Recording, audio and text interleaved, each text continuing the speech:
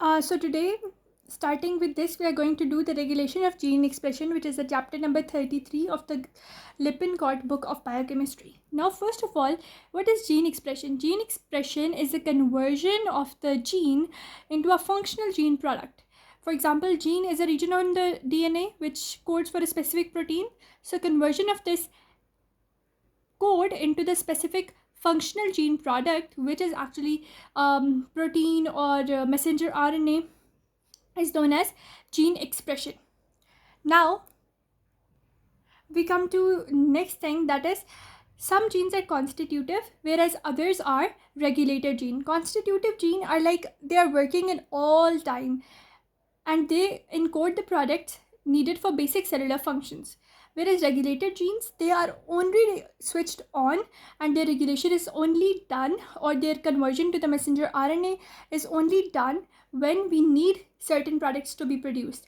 So constitutive gene are also known as housekeeping genes, and the main function of them is to convert the gene into basic cellular function proteins. And regulated genes are the one which are only switched on in specific condition, and they are going to produce some specific products.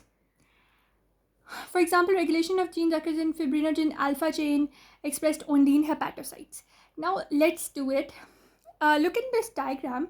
You can see in the prokaryotes, when is the gene expression or gene regulation done? This is done from the conversion of the DNA into the messenger RNA, and this step is known as transcription, and this transcription is the step where we are going to regulate the gene expression in a prokaryote, whereas in a eukaryote we can do this at the level of transcription as well, and post-transcriptional and post-translational modification as well. In the eukaryotes, it's a 3-tiered process, whereas in the prokaryotes we are only going to do it in the transcription phase. Now we have regulation of transcription. Regulation of transcription is the initial step in gene expression. What do you mean by initial step? Actually, it means that we are going to have regulatory sequences of DNA which are going to be in the non-coding regions of the genome, and these regulatory regions, they are actually activated by trans-acting proteins. Now what is the trans-acting and cis-acting proteins? Cis-acting proteins are the proteins, for example, this is a chromosome, and in this region there is a non-coding region which is going to act as a regulatory factor, and this is the gene which is to be regulated. So within the same chromosome, if the regulation is going to be done, this is going to be called as the cis-acting gene. Whereas, for example, we have another chromosome on which there is this coding site and it has to code for this particular protein. So coding for this protein, it has to cross certain cell membranes or barriers as well. So going from this chromosome to another chromosome, this is known as a trans-acting gene. And why is it called a trans-acting? Because it can transit or diffuse through the cell from their site of synthesis to their target site or their site of action. And how do they do so is by doing the structural motifs such as the zinc fingers, the leucine zipper, or helix turn helix. We're going to see how they're used in the next few slides. But in this diagram, you can see over here is that there is a trans-acting factor, and this trans-acting factor is going to attach onto the cis-acting element, and this attachment of a trans-acting to the cis-acting elements causes the RNA polymerase to start its function, and the RNA polymerase causes the synthesis of the messenger RNA to take place. So this is how regulation by the trans-acting proteins is done to the cis-acting elements. Now regulation of the gene expression. In prokaryotes, I told you, mainly the gene expression is done at the level of transcription and by the trans-acting proteins binding to the cis-acting elements. Now what is going to happen is that messenger RNA transcription from bacterial operons. We know that transcription produces messenger RNA from a particular genome, which is a non-coding genome. Now what is going to happen? We are going to get a polycistronic messenger RNA. And what is an operon? To mainly understand the perception of an operon, let me show you a diagram. So consider this very nice diagram. In this diagram, we have actually a region of a gene. This region LAC-Z, which is written over here, this region and this region, these are structural genes. And RNA polymerase is going to convert these structural genes into their specific products. And this region is actually an operator site. Usually this operator site is suppressed by a repressor until we need the gene to produce its products. And we have this region behind the operator, which is known as a promoter. And this promoter is the region where RNA polymerase gets attached. Behind the promoter, we have the cap site. And the cap site has special protein CRP, which is going to be attached on it. I'm going to explain each and everything, but it's a general overview over here. Now we have LAC-I gene, and LAC-I gene is the region where the cis-acting, or it has a cis-acting element, and the trans-acting element is going to be attached onto this LAC-I gene. This is that region where we're talking about.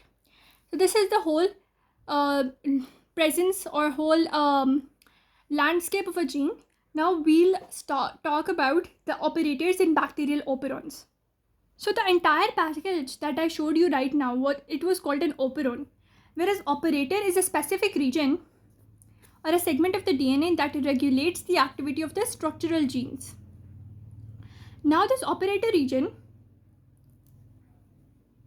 what is happening to this operator region? If the operator is not bound by the repressor, the RNA polymerase passes over to the operator and reaches the protein coding genes and transcribes it into messenger RNA. What I told you?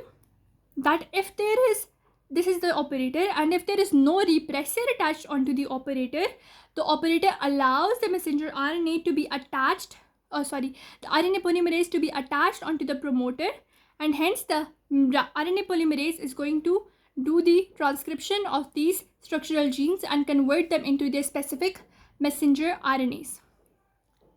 Now we come to the lactose operon gene.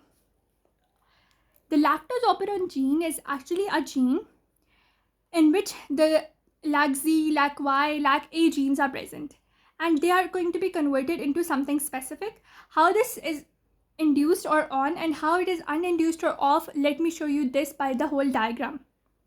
So firstly, what happens is, I told you that mainly the operator is having a repressor attached onto it, or in this situation, you can see that the operator is having a repressor attached onto it and RNA polymerase cannot act on this region. But now, when we have low amount of glucose and high amount of lactose, and we need this lactose to be converted into the glucose, so what happens is that firstly,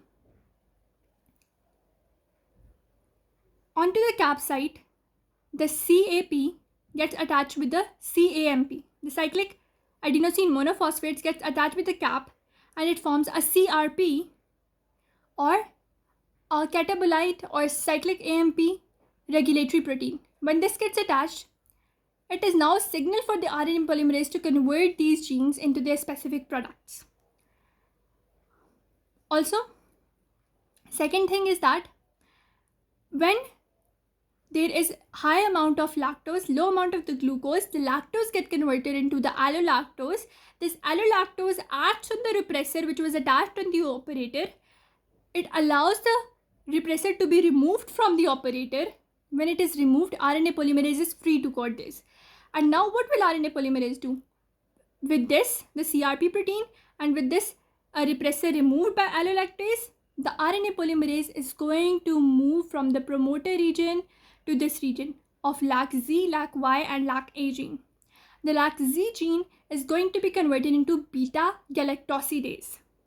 Beta-galactosidase is going to convert lactose into galactose and glucose.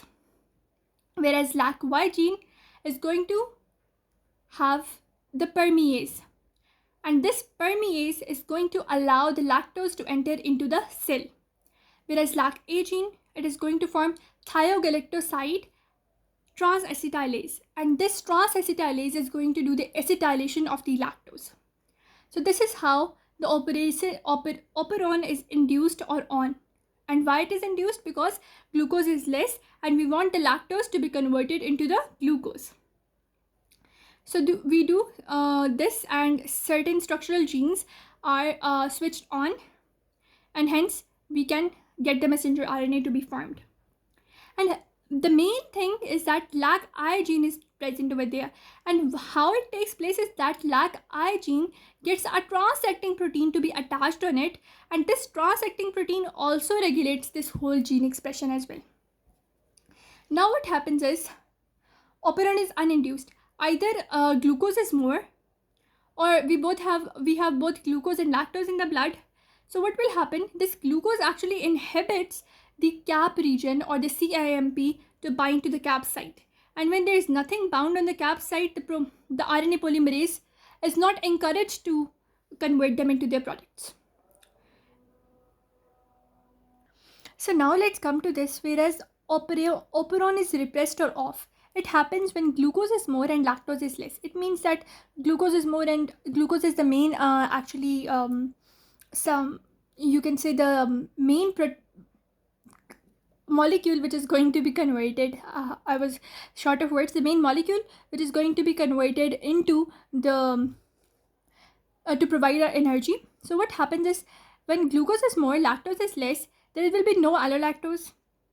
When there is no allolactose, so what is going to happen, that LAC-I gene is not going to encode for the regulator, rather it is going to produce a messenger RNA which is going to code for the repressor protein. This repressor gets attached to the operator, and when repressor and operator are attached, RNA polymerase cannot bind to this promoter site, and RNA polymerase cannot produce the products from these three structural genes.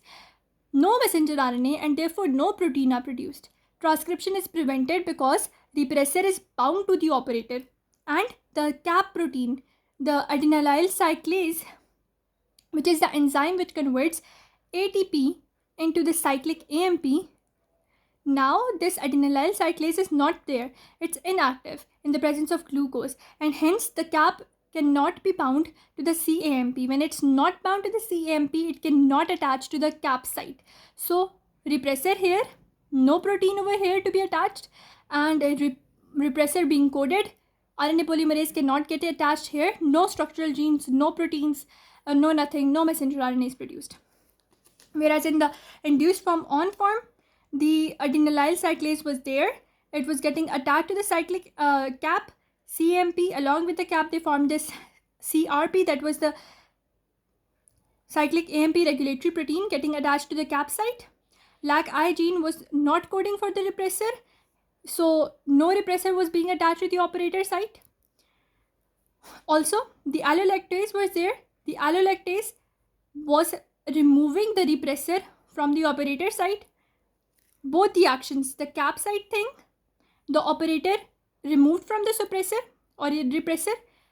Now RNA polymerase is there. It is going to convert the LAC-Z, LAC-Y and LAC-A genes into their specific proteins or their end products. But now this situation is over here where operon is uninduced. It means that glucose is there as well and lactose is there as well. Since glucose is there, the adenylyl cyclase won't be produced. The cap will not be bind to the cap site. So the RNA polymerase is not going to be attached to this site. Now allolactose is also there. It is going to remove the repressor from there. But there are two conditions to be satisfied. That is the attachment of the CRP region onto the cap site. Secondly, the repressor being removed.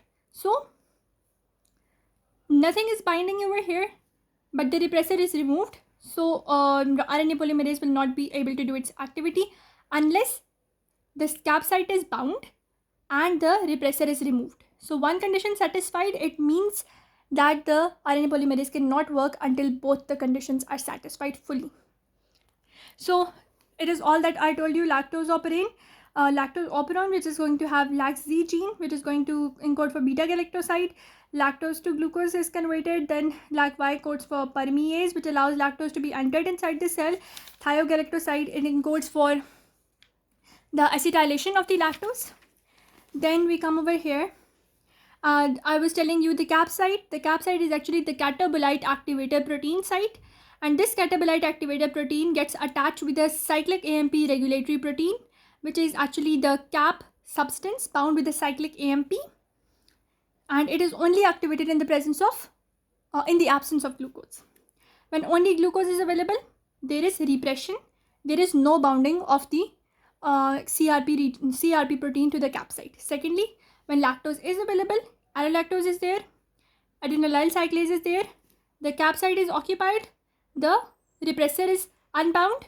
So two conditions are satisfied, RNA polymerase is going to do its activity. This is called positive regulation, whereas in the presence of glucose, there is negative regulation or repression.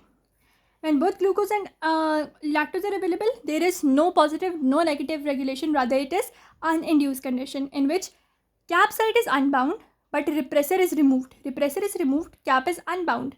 Two conditions not satisfied. The condition is semi-satisfied. So this is uninduced condition. I hope you understood this. And now in the next video, we are going to discuss the tryptophan operon.